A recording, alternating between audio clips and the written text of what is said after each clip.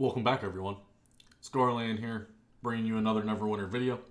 In today's video topic, we're going to be going over the state of the game. Now, depending on when you're watching this video or when this video goes live, this aired on Twitch on February 25th, 2019. So depending on when this video gets uploaded, or if you watch this down the road, just as a reference point of when this state of the game was. Now, they try to do these about once a year. There'll be two links in the description, one to the past broadcast, so you can go and watch it. It's about an hour long. And then another one to the previous state of the game from last year that I actually did live commentary on. If you've never seen that video, you might actually get a kick out of it. It was pretty entertaining. Now, there are a few things that I want to note. Hopefully this video doesn't get too lengthy. I'm going to try to ramble less and get right to the point. Now, up front, I actually have to applaud Julia and Mr. Thomas Foss. Yes, you heard that right. I have to applaud their performance. This is one of the first times that I've actually seen Julia, who is the community manager, actually playing the community manager role. She was very prepared for this, and like I said, this is the first time we're actually seeing this. Up until this point, it's usually been a disaster. No offense to her, I do give her a lot of heat, but I was impressed. I watched this live, and I was honestly impressed with what she brought to the table, as well as Mr. Foss. They were both well prepared going into this. I don't know if the community has finally harped on her enough that she's taking it more seriously or whatever the case may be, but Julia and Thomas, thank you. This is what every stream should be.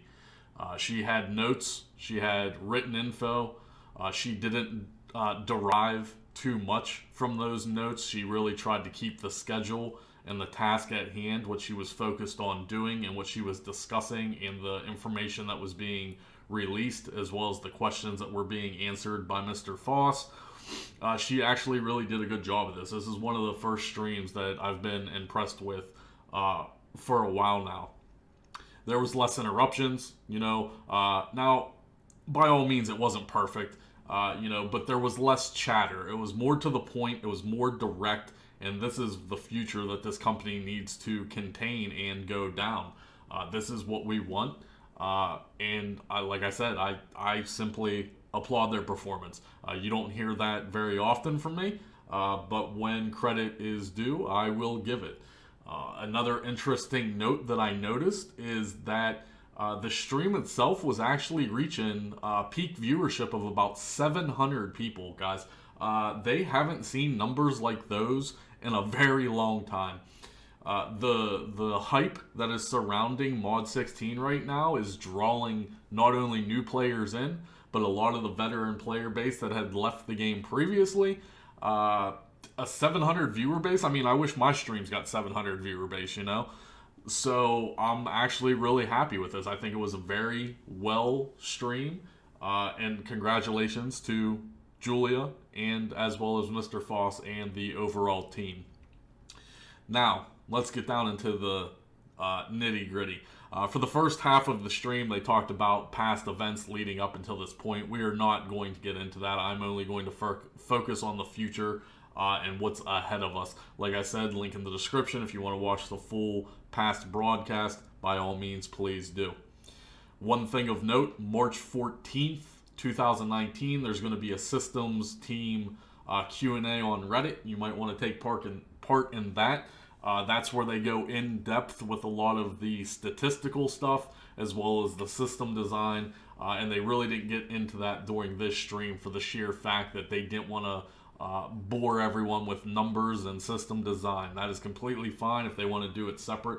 I would prefer, personally, a separate stream on that topic where the developers do sit down and have some kind of presentation to bring forward, and then even take questions from the audience. But there's a lot of logical thinking that involves in the systems, so doing it on Reddit is a little better because the developers can actually, think about how they want to answer and how well they want to answer in particular questions. So right out the gate, guys, Mod 17 and Mod 18, no big surprise here. It's already in pre-planning and it's already being worked on. Now, one of the biggest things to take away from this is that Mr. Foss did highly hint that there will be a new race and or class coming sometime possibly this year.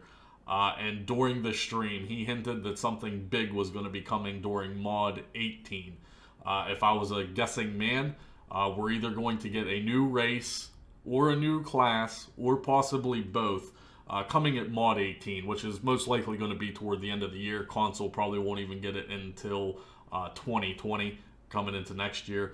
But as far as PC goes, there may actually be anticipation of a final new thing coming into the game as far as the racer classes go. Everyone obviously anticipates a bard, but it's been said in the past that it could be a druid, it could be a monk. We will have to wait and see as far as the class goes. The race, who knows what race could be next. Another question that was brought up is that there are currently no plans to do a crossover with the Magic the Gathering franchise right now. We're not going to be going to Ravnica anytime soon. Mod 17 and Mod 18 are already being planned and already being worked on, and it is confirmed that it is definitely not going to be Ravnica. It's not going to be any Magic the Gathering crossover, not at this time. If anything, it could happen down the road, which I would like to see. And we will have to, wait and see. We're talking, next year at this point. They also talked about the 6th year anniversary, referring to the Jubilee event that will be coming up here shortly. And it is not going to be the same as the 5th year anniversary. Do not expect the same overwhelming rewards and free goodies that we were all given for the 5th year Jubilee event. The 5th year was a one-time special thing, and they kind of went all out.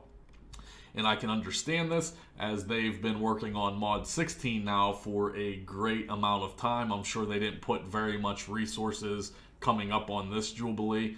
I just hope personally that there is some new stuff at least, and it's not just the typical, I hope they didn't retort back just to the basic Jubilee event. I hope there's at least something new that is going to be worth grinding, whether it even be a new throne, fashion items, whatever the case may be. I hope that they didn't retort back to the base Jubilee event. They also discussed keeping up with updating the events. We're slowly seeing this currently. We do have the Call to Arms seasonal events now. We're currently on Season 1 of that. Of course, we have the Tales of Old being introduced, and at the same time, they are slowly updating all those events from the past that we've been asking for a very long time. I believe the first one technically was the Halloween event last year. They updated the Masquerade of Liars. They did a really good job with that. We saw updates to the Wonders of Gong already. And I would like them to continue that process of, if they're not going to give us brand new events right now, at least update the old stuff that we've had for numerous years at this point, and give us, something new worth grinding for, right? Whether it be a new mount skin, like the CTA season events has, or they've introduced something new like the vanity pets that you can also get in the CTAs and Tales of Old. So there's minor content that is being updated, which I like to see, and I hope they do continue down that path. Now, Thomas at one point stated and discussed talking about something that I've personally talked about on my stream numerous times, and it's about Cryptic and the developer team writing code on top of old code. And he did address this issue. He does realize that this is an issue and that you cannot do this. It's very problematic. You can't just simply write new code on top of old coding. And he basically said and stated this was due to so many designers coming into the company and then leaving the company. And, he's had several design teams at this point. So they do recognize this is a problem. They do want to address this. And they are going to, start cleaning out a lot of the old code and updating it, and as well as doing more internal maintenance on the overall database. In my eyes, this is A+ material if they can actually go in there and accomplish all that. then good. That's a thumbs up in my book. I mean, that's a complete win. Especially with, you know, all the overhauls that they've done so far and are going to continue to do, especially in Mod 16 with them wiping out the classes per se and starting fresh. So I talked about this numerous times on live streams, and it's finally pleasant to see that Thomas Foss actually stated about this and addressed it. Moving right along, Thomas did confirm that the level 80 gear coming in Mod 16 is obviously going to make all the other gear obsolete. He bluntly said this. It was hinted at, and he also stated that the current gear that we have will do you all right while you're doing your leveling up process and grinding from, you know, 70 to 80. But once you do obtain level 80, there is going to be new gear, and it is, you know, it's an MMO, guys. The level 80 stuff is going to replace everything we currently have. So, with that being said, that's good, you know, but at the same time, you know, it does suck that you've put so much time into your tomb, but it is now the time to progress. This is something, the level cap should have happened a while ago. Unfortunately, it's happening now. So, while you're leveling up, he did, like I said, state in the first couple zones of Undermountain that if you're already a top-end player, you should have no problem grinding out the first 1, 2, and possibly even the third map of the new Undermountain zones. And then you're slowly going to start replacing your gear if you so choose. And then, again, when you get to level 80, you're going to be grinding for whatever the new level 80 stuff is. Now, something to discuss more in depth is the next topic. I believe Nova covered this in his video, so make sure you go check out good old Nova's video. He talked about this a lot more than I'm going to, possibly, I guess. But we're talking about expeditions.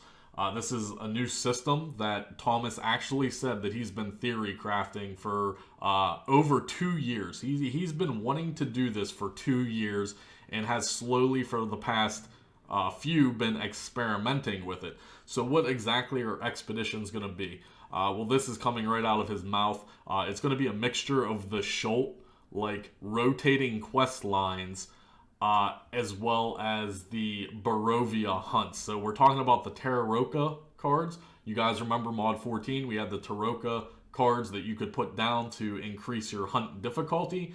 Well, they're going to use the same philosophy per se, but with dungeons. So I guess they'll have a handful of dungeons that are not going to be static. They're actually going to be dynamic dungeons, which means they're going to change.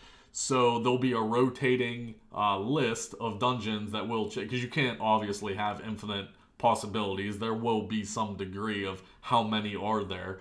But the expeditions will apparently be dungeons that will change. The mobs in them will be changed. And then you'll be able to increase the difficulty of the dungeon with something called Runic Shards that are basically the counterpart to, like I said, Terraroka cards. But these will be used on the dungeon themselves. So you're going to basically be collecting Runic Shards, doing something to, you know, forge these shards together, turn them in, whatever the case may be. We'll have to wait and exactly see how the entire system works. Now, hopefully, this will be rewarding. He talked about collecting ancient relics and stuff. These expeditions aren't going to be just going in there, slaying everything, and then slaying a boss, and congratulations, you get a chest at the end, I guess. The way he was making it seem is like you're going to have to explore every inch of the map and find whatever you can find, kind of thing. So this is interesting, you know. It could have the potential to be something actually fun. You can mix like maybe a treasure hunting in there in the expedition. You know, we'll have to wait and see and get a definite answer. He did say that there will be a blog, a developer blog coming out soon on the topic. So we are looking very forward to that and seeing what that is all about. Now, right along with the blog, Julia did state that there's actually 20 plus more developers' blogs coming just on Mod 16, guys. That's including one dev blog per class. She also stated that she's not going to release these all at one time because it would just be information overload. No one's going to be able to process all that information. So she wants to sporadically over the next, week, 2, maybe 3 weeks, start releasing more and more developer blogs so we can kind of get our feet wet and kind of get our feelings on what's going on, especially if you're a player that doesn't have access to the preview server. You'll be at least able to read the blogs and see what's going on. So moving right along again, we are going to jump into the PvP. Now, Thomas basically said that PvP is not going to be coming anytime soon. On their list of things to do, obviously the top priority at this point was Mod 16, getting Mod 16 prepared content-wise. The second tier was then balancing all the classes, right? You got to have all the classes balanced before you can even start to balance PvP. So PvP on his hierarchy is actually third. So he's accomplished the first two. So PvP changes could be coming as early as Mod 17 or possibly 18. We'll have to wait and see on how long it takes him to get him and the team to get everything balanced with PvP. And at the same time, Strongholds comes into play. Now, Strongholds on his hierarchy comes after PvP. So if you guys are expecting a Stronghold increase in level or anything to do with the Strongholds at this point, it's pretty much not going to come until Mod 19, maybe Mod 20. You guys are talking the mid to end of next year, of 2020. So, I mean, it is what it is. I mean, they have schedules. He has his hierarchy of things that he wants to accomplish before, and there's a tier system to his, reasoning behind it. So Underdark Mod 16 content-wise was number 1. Number 2 was overhauling the entire class balancing system. Number 3 is going to be PvP on his list, and then finally Strongholds will be at the end of that list. So, like I said, guys, everyone that's anticipating any kind of Stronghold increase, I don't know if it's going to happen. I mean, things can change, right? Like, he can sneak it in there if he thinks it becomes important, you know? Now, some minor things that they did talk about as far as Mod 16 goes. They were very proud to say that there were 7 new monster types and styles, including critter groups. He said that typically maybe during a mod there might only be 1 monster type, maybe 2 monster types per mod. He was very pleased to, share with us that coming in Mod 16 there's actually going to be 7 new different types of monsters in the game. So that'll be interesting. At least we'll get to look at something new, right? Now, at the same time in Mod 16, the whole loot table has been revamped to go with all the changes that Mod 16 is going to be bringing, as well as item revamps across the board. Remember, they are taking out and changing and adjusting certain statistics. You got to change every item in the database to reflect the changes of Mod 16. So, whole new loot table revamp as well as a whole new item revamp. Now, finally, very minor stuff. Mr. Foss talked about Transmute Changes, and he just quotation marked basically said, eventually. This is something of a side project that he would like to eventually accomplish as far as the Transmute system or the fashion system. Thomas, if you watch this video, I put out a video months and months ago on the suggestions on how to handle the Transmute system. If you never saw that video, I think I even tweeted you that video, but if you never even watched that video, go ahead and contact me. I'll get you a direct link to it. You can see my input on it. I put that video out months ago, I believe, as far as the Transmute system goes and how possibly the company can introduce a new system into the current game that would actually work out pretty well. So, hey, it is what it is. And then finally, at the very end, they talked about something called the Challenge Campaign. And this really piqued my interest. So they're calling it the Challenge Campaign. I don't know 100% if this is coming in Mod 16 or when this is coming. But they described it as you'll be able to go back to old campaign quests and get better rewards. Now, at the same time, they're going to scale you back to that content. So, for instance, when's the last time you guys went back to Sharandar or Dreadring or, even Elemental Evil? When's the last time you guys went back to Elemental Evil on your main character to do a daily quest? Yeah, probably not very often, right? Personally, me, never. I do a few weeklies here and there for funsies, but the way they're making this system sound is the challenge campaign will be something where you might get a daily quest to go get a select quest from a previous campaign that you've already completed, and it will yield you a higher reward, but you're also going to get scaled back to the level of that campaign. So it could be interesting, and it has a lot of possibilities. Now that, of course, is depending what the actual rewards are. If you're just going to give us some black opals or something, or even a blood ruby at this point is obsolete, the rewards have to match whatever the current game meta is, right? That's one thing I do want to mention with all of these changes and everything coming. There needs to be better and new rewards to match all the content, right? The last thing that we had at this point was ultimate enchanting stones, and that was to increase our enchantments. But once that fun grind was over and everyone had rank 14s, we were back to stage 1 with nothing worthwhile of actually farming or even grinding for. And you know, the ultimate stone market is a joke right now. They sell for practically less than superior marks, believe it or not, at least on the Xbox platform. PC and PS4 might be different, you know, different markets, different economies, but I can safely say on Xbox that you can buy Ultimate Enchanting Stones cheaper than superior marks of potency. So, hopefully, when they say things like better rewards, we'll have to wait and see exactly what that means. Now, at the very, well, not at the end, but at some point during the broadcast, Thomas talked about how small the Neverwinter team is right now. I was actually surprised that he was willing to even openly discuss this. But, you know, a lot of the Neverwinter team has been shuffled around. Some went to help with Star Trek. Most have moved over to Magic the Gathering. And they, you know, that's how Cryptic works. They shuffle people around based on the workload. So, but he did mention that right now, currently, the Neverwinter team's actually a little small right now as far as how many developers he has. He did mention that he doesn't even have like a lead designer right now. I forget what the title is.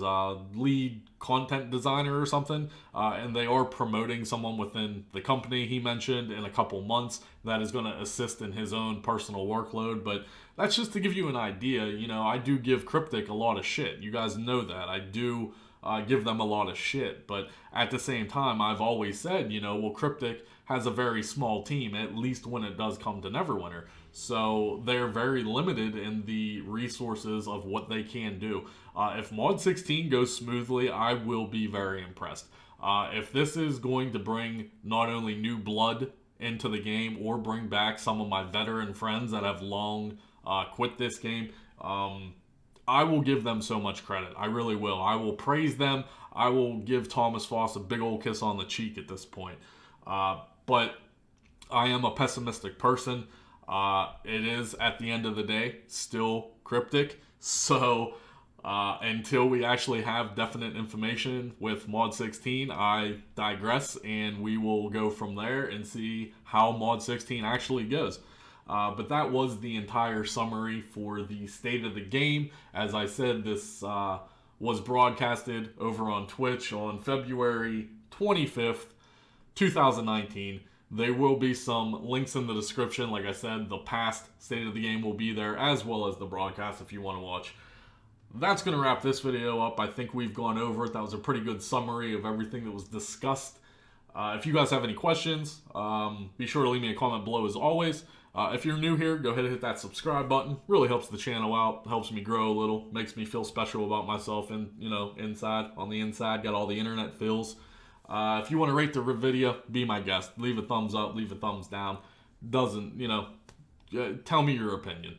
Let me know how you are looking forward to Mod 16. Let me know what's your anticipation for some of these future content changes. You know, a new race, a new class, you know, expeditions. I mean, they actually gave a lot of information in this state of the game stream. Like I said, I was overall actually impressed how this stream went, And this is the path that Cryptic needs to continue down. So Julia, if by some odd reason you actually watched this video and you actually made it all the way to the end, do that, Julia. What you did on this stream is what I expect you to do on every stream. Be prepared, be confident. This is the first time that I actually saw you look into the camera and be confident. Don't be scared. We're not going to bite you. I criticize you a lot, I really do, but this is the first time that I can actually say that I was proud of you. This is the community manager we want. This is the community manager that this game needs. Be that person, be confident, and do your due diligence, keep on track, and continue down this path. And this game could completely turn around and will put a smile on my face as well as the community. That's all I got, guys. I'll see you guys in the next video.